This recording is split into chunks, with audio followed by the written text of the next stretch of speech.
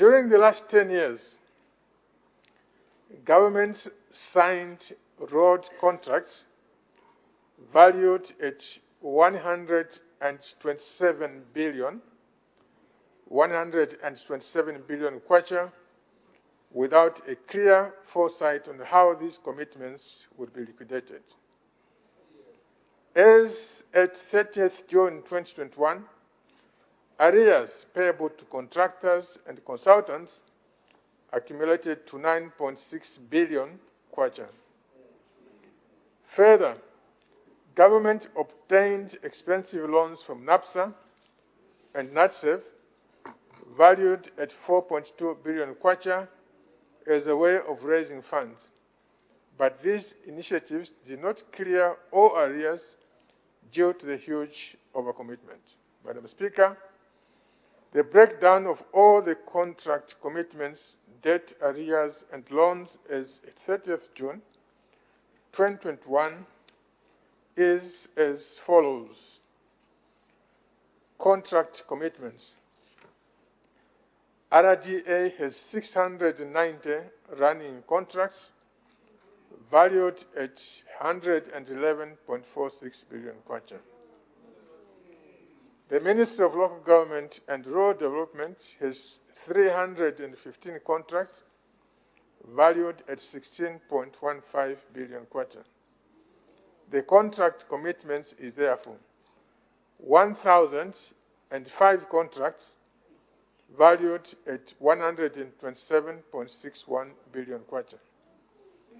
The total of the 9.6 billion is also owed to contractors as debt arrears. Madam Speaker, the following are the commercial loans obtained by NRFA, totaling about 5.06 billion kwacha. NAPSA loan, 3.8 billion kwacha. First NATSEV loan, 260 million kwacha. Second NATSEV loan, 500 million kwacha. And from Indo-Zambia Bank, loan, 500 million kwacha.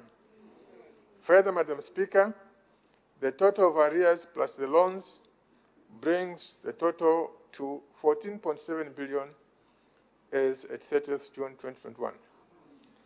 Madam Speaker, it is clear that this approach is unsustainable and obviously requires serious adjustment.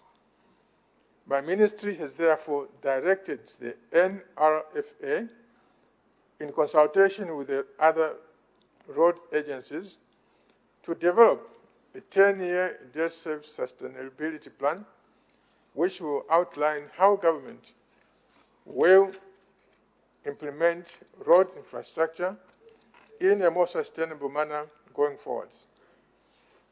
This 10-year plan will, A, prioritize payments of all debt arrears due to routine maintenance, small and medium contractors, and thereafter ensure timely monthly payments to all routine maintenance contractors. B, propose the refinancing mechanism of the costly NAPSA and NATSEV loans within the next 6 months, which will result in significant savings when all loans are fully repaid within 5 years.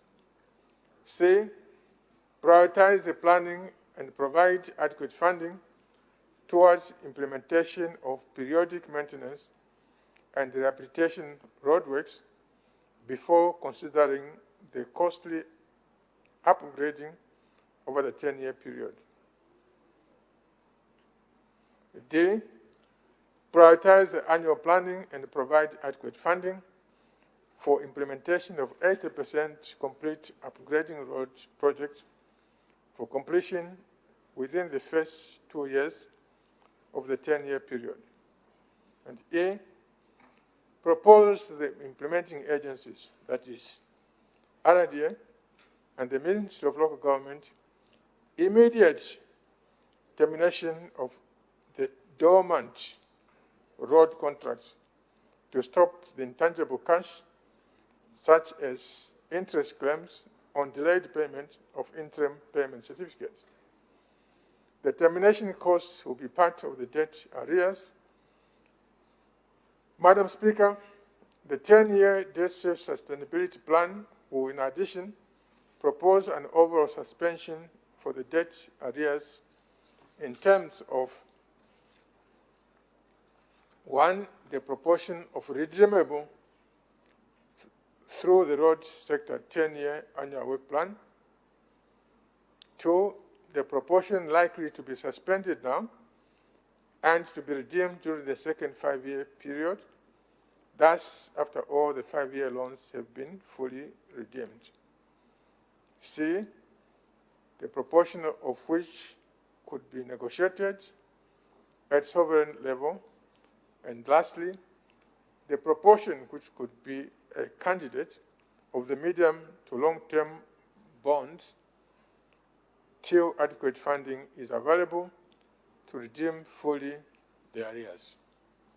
Madam Speaker, the debt sustainability plan, if approved by Cabinet, will ensure government does not incur debt unnecessarily without any viable repayment plan beginning the year 2022.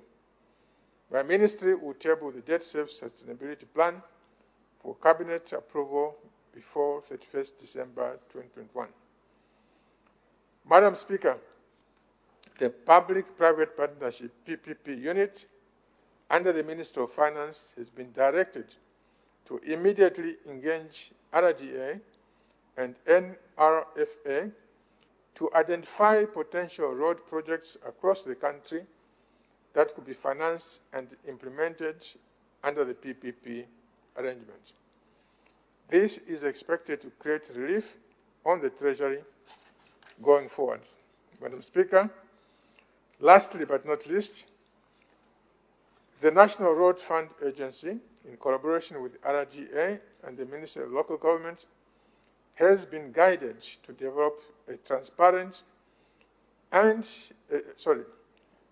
the RDA, NRFA, and the Ministry of Local Government have been guided to develop a transparent, effective, and fair payment mechanism for the period October 2021 to December 2021, in line with the National Road Fund Act number 13 of 2002. Going forward, with this system in place, I do not expect contractors owed to lobby for payments, as this is breeding ground for corruption